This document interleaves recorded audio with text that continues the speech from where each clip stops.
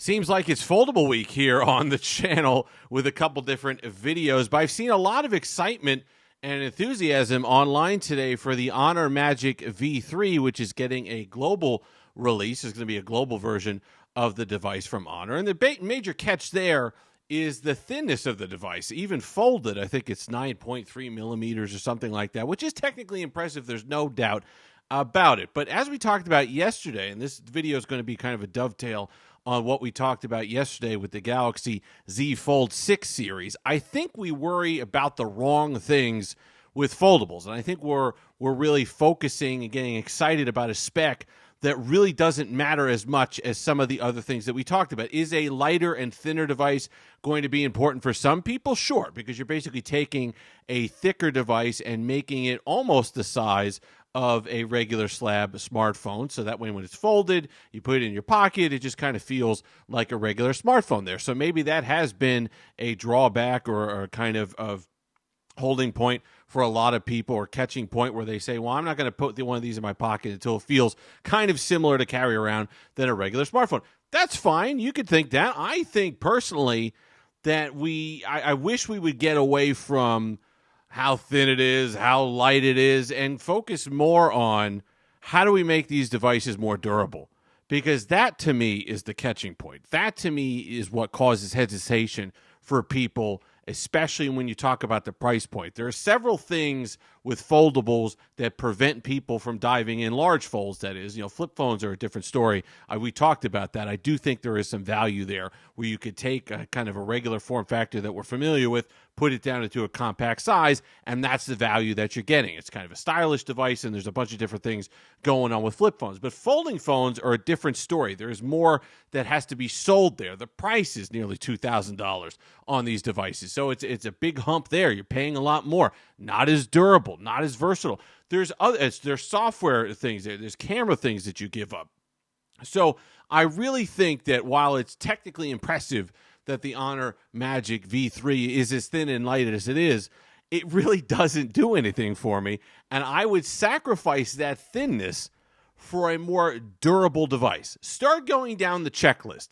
Does it have to be as thin, but can it be a little thicker and be cheaper?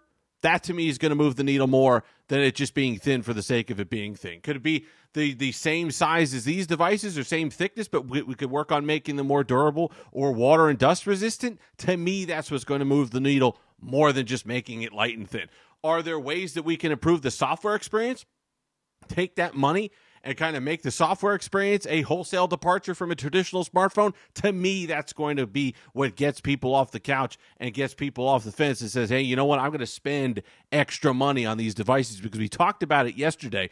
I think the declining Z Fold 6 sales are more to do with just overall fatigue with folding phones than anything else, because there's just not as many use cases for the majority of people.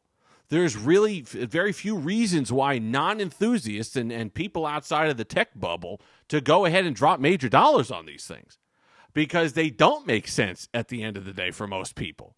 And until manufacturers can kind of convince us that there are killer applications that you get with a folding device, a large folding device that you can't get anywhere else, then I don't think you're going to see that boom in sales. I don't think you're going to see these as household devices and household names where you see them carried around down the street. So let's talk about, like I said, technically impressive, really nice, but you're still talking the same power. You're still talking the same RAM as a lot of these devices. The OnePlus Open, pretty thin and light, well-balanced device. Really like the design of this thing. Pretty thin. Even when you fold it, it doesn't take up that much more space in your pocket. It's got plenty of power. It's a couple millimeters, I think, thicker than the Honor Magic V3, but that's why I say it doesn't really do anything to me. We've already gotten to the point where I feel like this device is perfectly comfortable in my pocket. In fact, I preferred, believe it or not, all the problems I have with the Pixel Fold, none of them were related to the hardware. Well, I shouldn't say that, the crease and the whatever, but none of them were related to the hardware design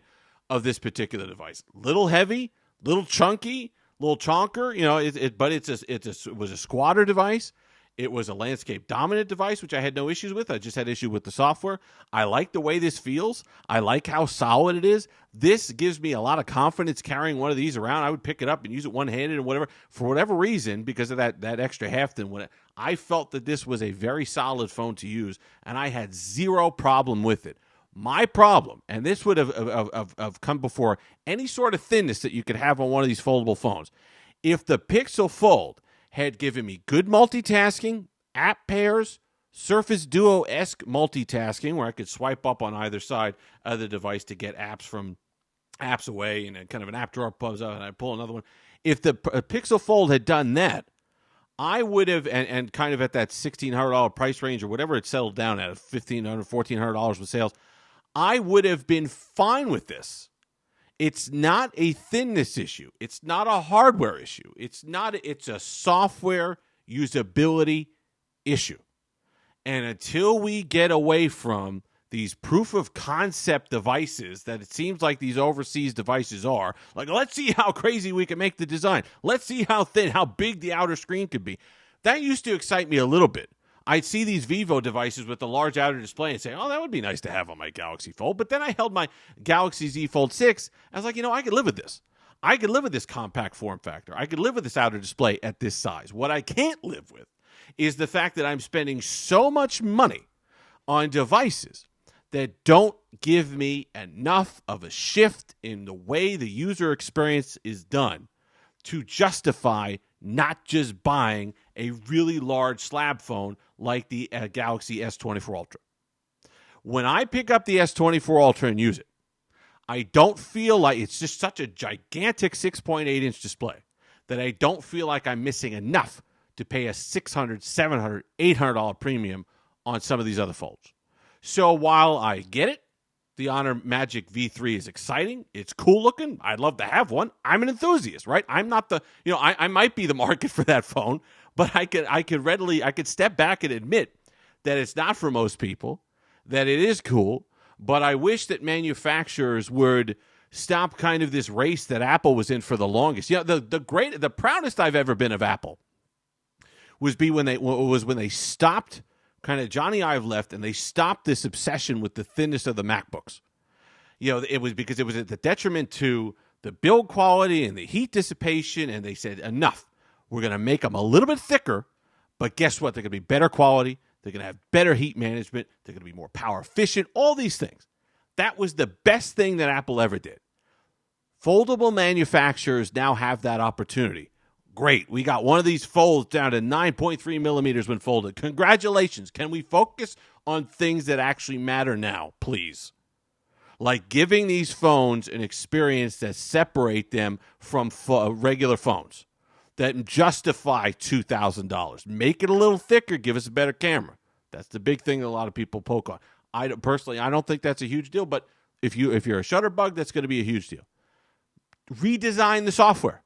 Stop with this kind of boring multitasking that we've got. I love Open Canvas on the OnePlus Open, but it seems like in the land of the blind type deal. Like we were so bored with multitasking on other devices that felt amazing. But there are so many ways that this device and this form factor can be changed to take the mobility of a smartphone and add the area of a tablet. And there just hasn't been that innovation there. And if you want to see these devices in the hands of people all over the place, and you want to get people motivated to spend $2,000, you're going to have to give me more than the fact that the thing is just a little thinner. If you've made it this far, like, comment, subscribe, all that fun stuff. Until next time, have that Steve-licious day.